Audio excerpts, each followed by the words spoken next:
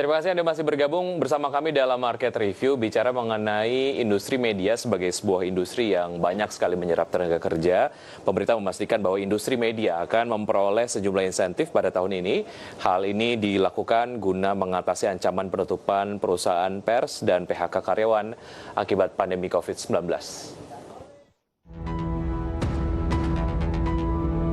Pemerintah memastikan bahwa industri media akan segera memperoleh sejumlah insentif pada tahun ini. Langkah ini dilakukan guna mengatasi ancaman penutupan perusahaan pers dan pemutusan hubungan kerja pada karyawan akibat pandemi COVID-19. Menteri Keuangan Sri Mulyani Indrawati mengatakan bahwa keputusan tersebut diambil usai pertemuan secara virtual bersama dengan Menteri Komunikasi dan Informatika Johnny G. Plate, Ketua Dewan Pers Muhammad Nuh, serta sejumlah perwakilan Asosiasi Media Massa Nasional pada Jumat pekan lalu di Jakarta.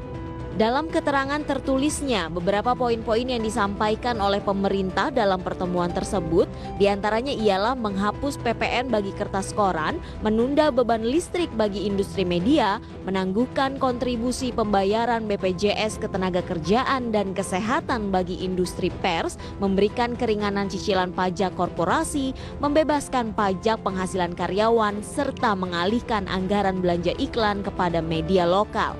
Adapun perwakilan Dewan Pers sangat mengapresiasi dan berterima kasih kepada pemerintah atas perhatian yang tinggi terhadap nasib dan keberlangsungan pers sebagai pilar keempat demokrasi tanah air.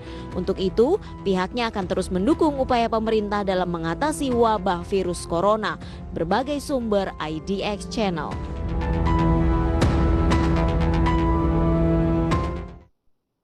Ya, untuk berbincang mengenai menanti dobrakan perindustrian Indonesia, sudah bergabung melalui aplikasi Zoom Ibu Eni Srihartati, senior ekonom dari Indef. Selamat pagi, Bu Eni.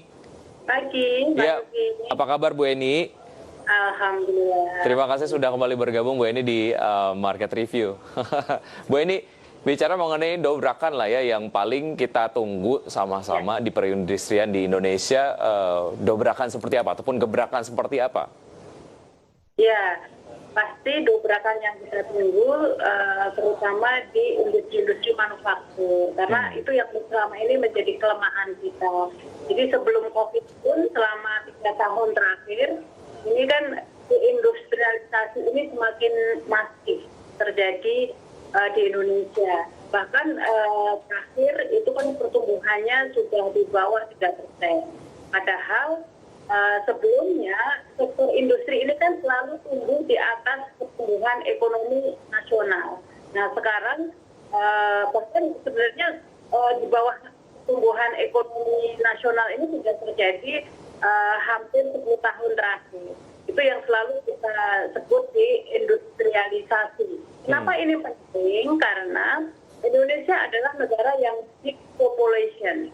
Nah, salah satu sektor yang mampu menyediakan lapangan kerja terbesar atau dalam jumlah yang sangat banyak itu memang sektor industri. Nah, sehingga ini yang menjadi titik penting kita untuk memperbaiki atau istilah kerennya itu melakukan transformasi struktural gitu kan, dari ekonomi kita yang hanya sangat menggantungkan konsumsi rumah tangga menjadi berbasis sektor-sektor produktif, terutama sektor-sektor yang memberikan nilai tambah. Apalagi kita kan negara yang sangat kaya komoditas ya, atau sumber daya alam, mulai dari perkebunan, kehutanan, perikanan, kelautan gitu kan, dan juga termasuk sektor-sektor tambang. Nah, persoalannya kan selama ini hanya kita keruk saja ya, jadi perut bumi dan di atas bumi dan termasuk di hamparan kelautan tadi atau perikanan, sehingga kita tidak mampu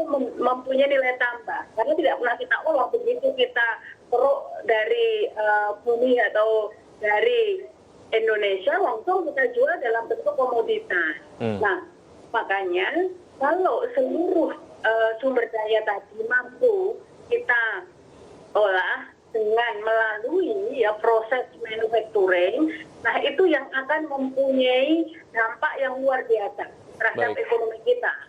Baik, ya ini nampaknya menjadi sebuah permasalahan klasik Bu Eni dari tahun ke tahun, selalu saja performa dari sektor manufaktur ataupun mungkin perindustrian di Indonesia belum menunjukkan raport yang cukup memuaskan lah gitu, apalagi Ya, kalau dilihat betul. dari beberapa indikator bagaimana sebetulnya sektor ini seharusnya dapat. Karena selalu ditangani secara parsial. Jadi tidak ada satu yang paling ujung dulu ya. Kita tidak pernah mempunyai yang namanya policy industri.